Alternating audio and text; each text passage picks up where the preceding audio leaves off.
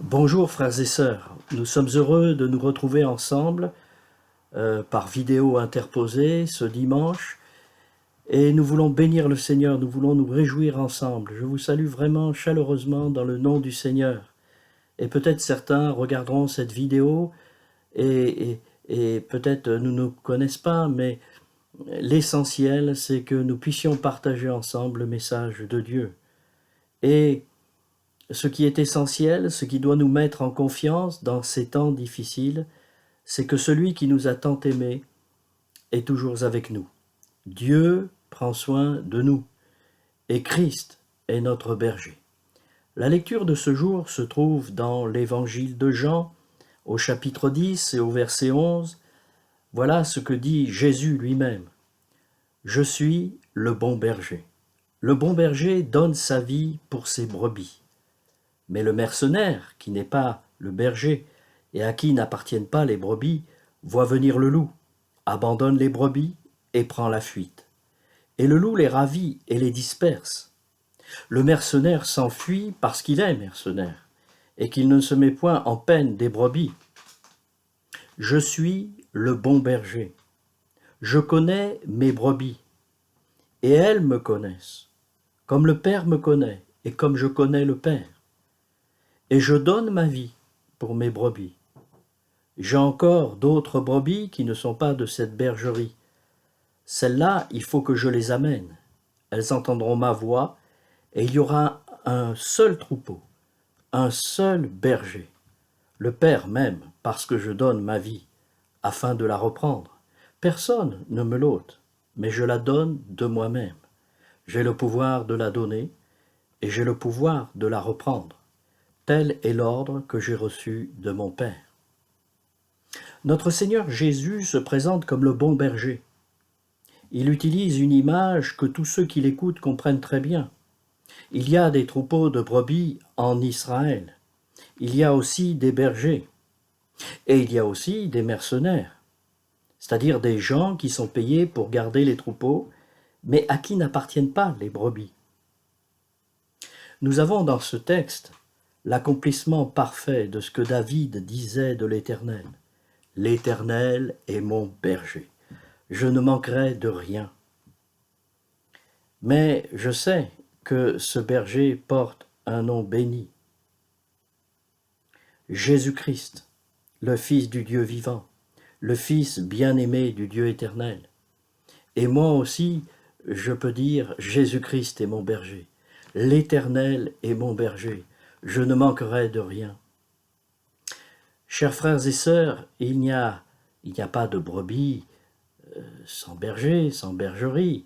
Il n'y a pas de troupeau sans berger. Pourtant, Jésus dira un jour, en étant ému de compassion à l'égard des gens de son temps, « Ils n'ont point de berger. » Nous qui avons cru et qui avons donné notre vie à Jésus, nous avons un bon berger. C'est d'ailleurs le seul véritable bon berger qui existe et qui est digne d'être suivi, d'être écouté, d'être remercié, d'être loué et d'être adoré. Et c'est ce que nous voulons faire ce matin. Ce que je veux retenir ce matin, c'est cette phrase merveilleuse de Jésus. « Je donne ma vie pour mes brebis. » Nous savons que Jésus a dit cela, mais qu'il l'a fait véritablement. Il nous a aimés, il a offert sa vie en sacrifice pour que nous soyons pardonnés, pour que nous soyons sauvés et que nous puissions faire partie de son troupeau.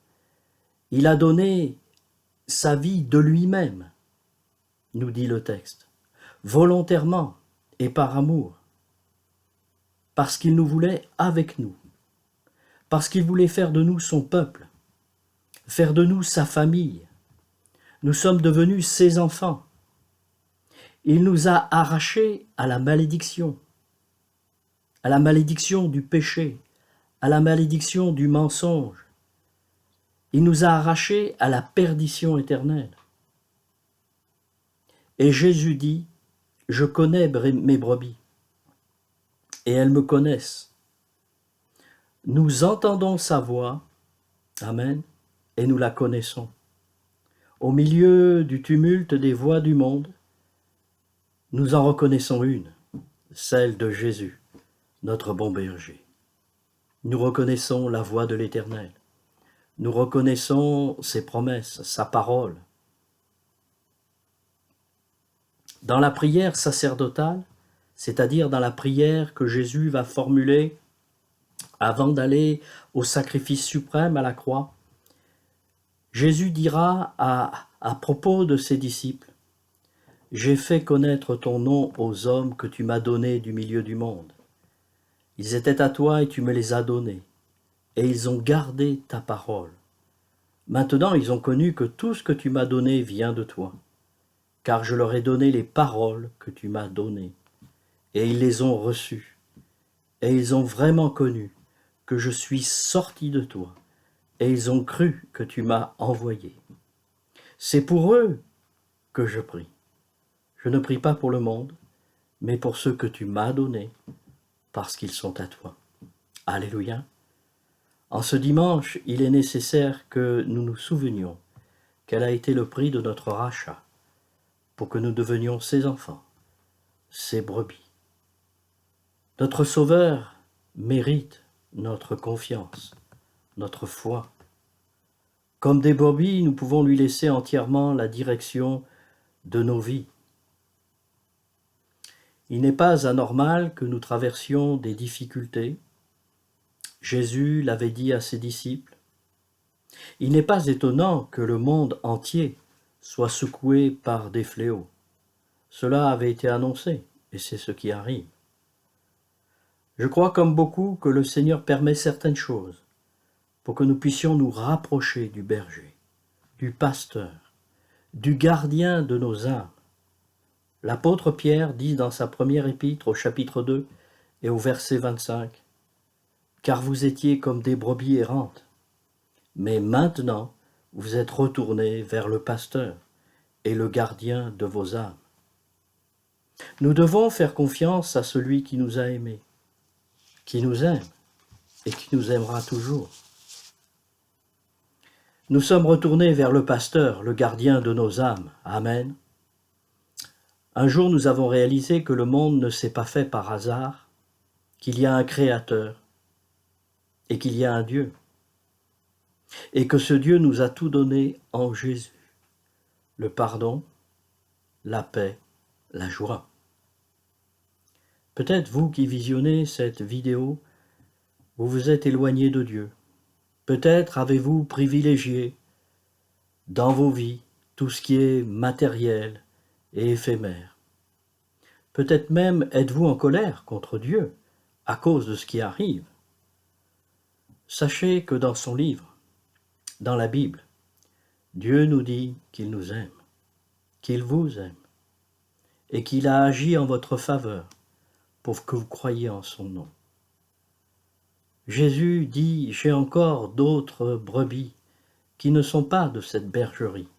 Celles-là, il faut que je les amène. Elles entendront ma voix et il y aura un seul troupeau, un seul berger. » Faites peut-être partie d'une autre bergerie. Vous n'avez pas cru au Seigneur Jésus, mais Jésus vous appelle. Entendez la voix du bon berger. Il vous appelle. Il veut que vous fassiez partie de son troupeau. Demandez pardon à Dieu pour vos péchés. Il vous pardonnera et vous fera entrer à sa suite dans la bergerie. Vous ferez partie de cette grande nuée de témoins de tous les siècles qui ont accepté Jésus-Christ, qui ont donné leur vie à celui qui les a aimés le premier, Jésus-Christ. Je voudrais terminer en disant que le bon berger prend soin de ses brebis. Jésus prend soin de nous. Nous avons un nom, Jésus, pour prier le Père. Nous savons qu'au travers du nom de Jésus, nous pouvons recevoir les bénédictions célestes. Notre espérance n'est pas dans les choses de la terre, mais nous croyons fermement que Dieu peut bénir tout un pays, que Dieu peut nous préserver et nous encourager à tourner les regards vers lui. Nous voulons bien sûr prier pour notre pays, pour tous ceux qui luttent pour sauver des vies, pour toutes les autorités du pays qui prennent des dispositions pour juguler l'épidémie, mais aussi nous voulons prier pour que des hommes et des femmes se tournent vers Jésus-Christ, que dans ces circonstances, ils puissent s'apercevoir que l'essentiel est en Dieu. J'ai entendu des témoignages même de personnels soignants qui se repentent de leur athéisme en voyant les limites des possibilités humaines et qui se mettent à invoquer Dieu avec sincérité. Nous, les croyants, nous pouvons dire ce matin encore, Seigneur, tu es mon berger. Je remets ma vie et celle de ma famille entre tes mains. Je veux te suivre et t'écouter. Seigneur, tu me conduis dans de verts pâturages. Tu restaures mon âme. Seigneur, tu me rassures. Si je marche dans la vallée de l'ombre de la mort, et c'est le cas aujourd'hui, je ne crains pas le mal, car tu es avec moi. Amen.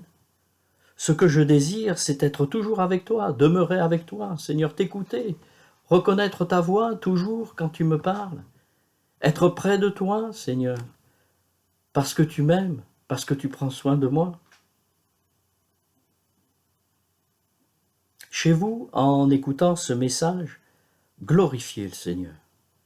Il attend vos actions de grâce, votre louange personnelle.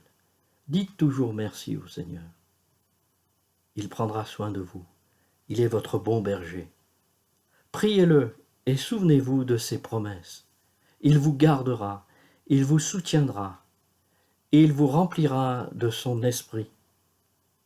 L'apôtre Jean a écrit dans le livre de la Révélation, le livre de l'Apocalypse, à celui qui nous aime, qui nous a délivrés de nos péchés par son sang, et qui a fait de nous un royaume, des sacrificateurs pour Dieu son Père. À lui soit la gloire et la puissance au siècle des siècles. Amen.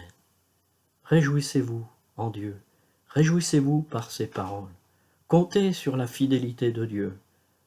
Comptez aussi sur la communion fraternelle. Nous sommes ensemble, nous restons ensemble pour glorifier Dieu, pour l'adorer. Il attend de nous ces choses dans ces périodes un peu difficiles. Et nous croyons qu'un jour nous serons réunis ensemble dans le ciel et que nous pourrons glorifier et chanter à jamais ses louanges. Amen. Que Dieu vous bénisse.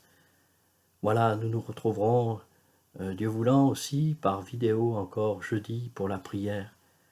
Que le Seigneur vous bénisse et vous garde. Amen. À bientôt.